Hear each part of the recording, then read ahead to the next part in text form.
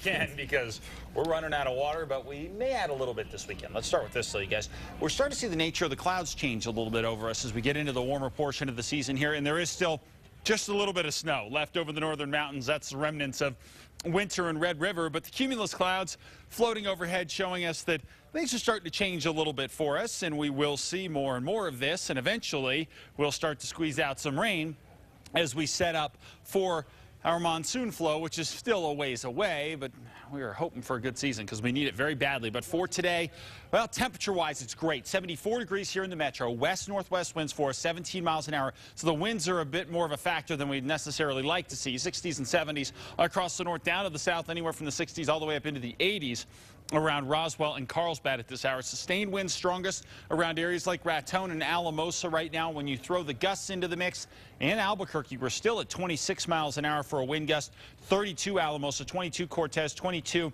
down in Gallup and over into Deming and Silver City, right about 25 miles an hour there. Things relatively quiet, though, as far as precip goes. Just a few clouds hanging across the northern mountains on the backside of the storm system, which is now exiting into the Midwest. This thing is not moving very quickly, but it was gone out of here about 24 hours ago, and it's going to continue to work its way out. There is plenty to talk about between now and then, though, as we are going to see a couple different things happen that are at least going to give us the chance at grabbing a little bit in the way of a storm or two. As far as what we get tonight, largely clear skies out there. For tomorrow, that's the perfect day. Lots of sunshine, temperatures in the high 70s and low 80s across the state. Overall, it looks good without a lot of wind.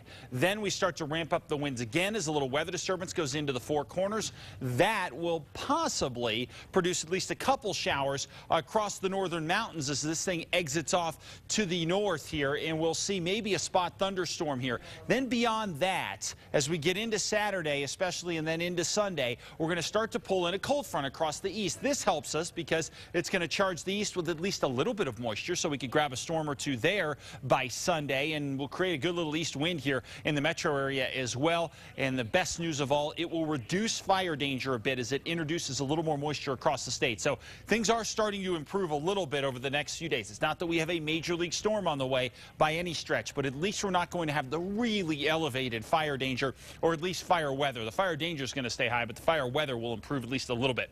70s for us across the Four Corners for tomorrow. Lots of sunshine, warmer conditions over the weekend. Could grab a quick shower as that little weather disturbance kicks over the Four Corners around the Durango area. Down to the south and west, mostly sunny skies here.